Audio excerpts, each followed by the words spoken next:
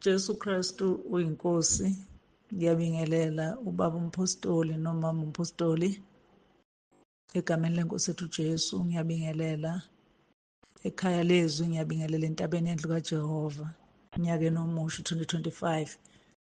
Ngithanda ukubonga kakhulu uNkulunkulu ngomusa wakhe akasenzele wona unyaka uqalwa. Uma sisemkhosini kaJanuwari ngaba nesimo sokuwa ngilimale la ohlangothini. Kwaba khona nje enhlizweni yami ukuthi ngizothi ngiya esibhedlela kuthiwe sengiyajova, kuthiwe sekufanele ngidle ngibe ngazi ukuthi ngisemkhosini. Kwaba khona into yokukholwa nje ukuthi hayi, uNkulunkulu unamandla okungiphilisa. Ngihlale kuthe ngokuhamba kwey'nsuku umndeni-ke unalokho ukuthi bekufanele ngiye kuze kubonakale ukuthi angiphukanga yini la ey'mbanjeni. Ngaya esibhedlela, uma ngifika esibhedlela ngafika umuntu osebenza nge-X-ray engekho. Kwavele kwagcwala enhlizweni yami ukuthi uNkulunkulu bazi ukuthi kufanele ngibone amandla akhe okuphilisa, ukuthi ayikho into emehlulayo. Ngiyambonga uNkulunkulu ukuthi uyakwenza ngempela.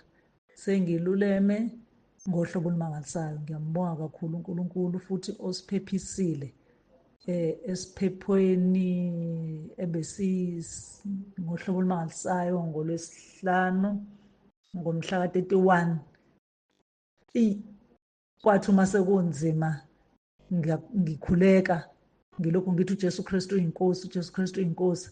Ngabiza iy'ngane ngathi wey'ngane siguqeni phansi sithi uJesu Kristu uyinkosi.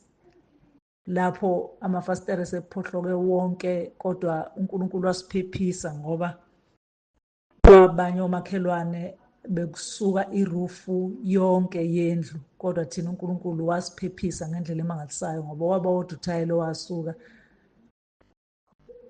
irufu cha, akwangaba kubi, kwayiwa amafasitela, kodwa nje nakhona sambonga uNkulunkulu kakhulu. Ngiyambonga uNkulunkulu, ngiyambonga ngithi uJesu Kristu uyinkosi. Ngibonga i-protection nokwazi ukuthi izwi kaNkulunkulu lithi asimvume uJesu ngey'khathi zonke ukuze udilizwe nemimoya ehamba isihaqa endleleni, ngoba kwesinye isikhathi siyakholwa sihlale ekuthini ngamamukela uJesu, kodwa zibe zikhona iy'ntuli ezisinamathelayo ngendlela. Kodwa lesi sifundiso sokuthi sazi ukuthi uJesu Kristu uyinkosi kudiliza zonke izinto, kuguqisa yonke into. Ngiyambonga kakhulu uNkulunkulu ngithi uJesu Kristu uyinkosi, uJesu Kristu uyinkosi. Amen.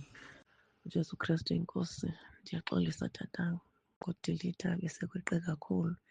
Ndiyabulisa tata nomama egameni lenkosi yethu Kristu waseNazarethe. Ndibulisa nabazalwana entabeni, indlu kaJehova kuyabonelelwa. Ndibulisa nabazalwane ekhaya ilizwi. Ndinombulelo kakhulu uThixo othe wandithwala kulo Disemba uSathane ezama ngempilo yam, kodwa kwathi ukuthi uThixo khona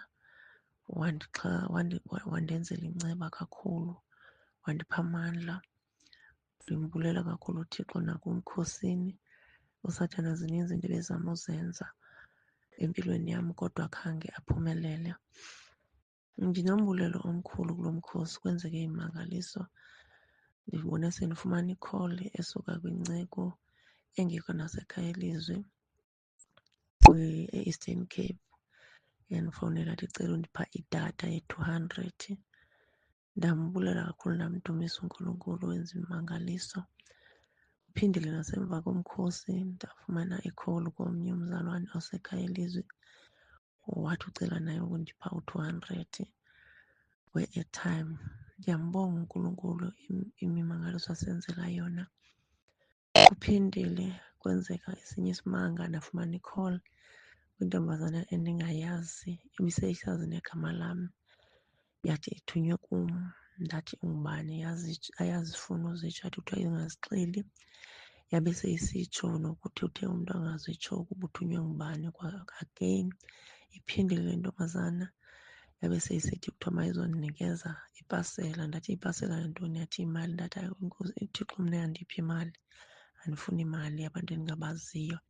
Kwacaba inomsindo, ndabe ndathandaza kakhulu, ndathi uJesu Kristu inkosi. Ndathandaza ukuthi uNkulunkulu wandipha amandla, ndathandaza, yabe imamele. Uthe ngokudikwa kwaye yathi khawumeke ndingene edabini. Yathi ingene edabini yathi singabonana phi. Ndathi andizubona nawe ndikwakwazi, andibonani ne-stranger. Yathi ifuna ukuza apho masingahlangana. Ndathi andifuni, andizuhlangana nayo. Yathi ndingene edabini. Ndathi ngena ke edabini wathi bekuthiwa mandikuzisele ke inyoka okanye iphele yokhetha kwezo zinto zombini zakwenzela imali. Ndathi mna ngegama likaYesu, mna ndithe uYesu Kristu uyandipha imali. Ndathi zizise uzawubona. Wathi ke yena ke ndizawuzizisa etsho ngenkani mandizilindele. Ndathi uJesu Kristu uyinkosi. Ndibulela uNkulunkulu ngoba ezinye iinto ziyenzeka sizive ungazi ukuthi zizakwenzeka, and ndibulela kakhulu uNkulunkulu. Abanye abantu bathi xa befumene ezikholo baquleke, kodwa mna uThixo uyawanam. uJesu Kristu yinkosi. Ndiyambulela uThixo. uJesu Kristu yinkosi. Kuningi okuthe kwenzeka empilweni yam. Amen.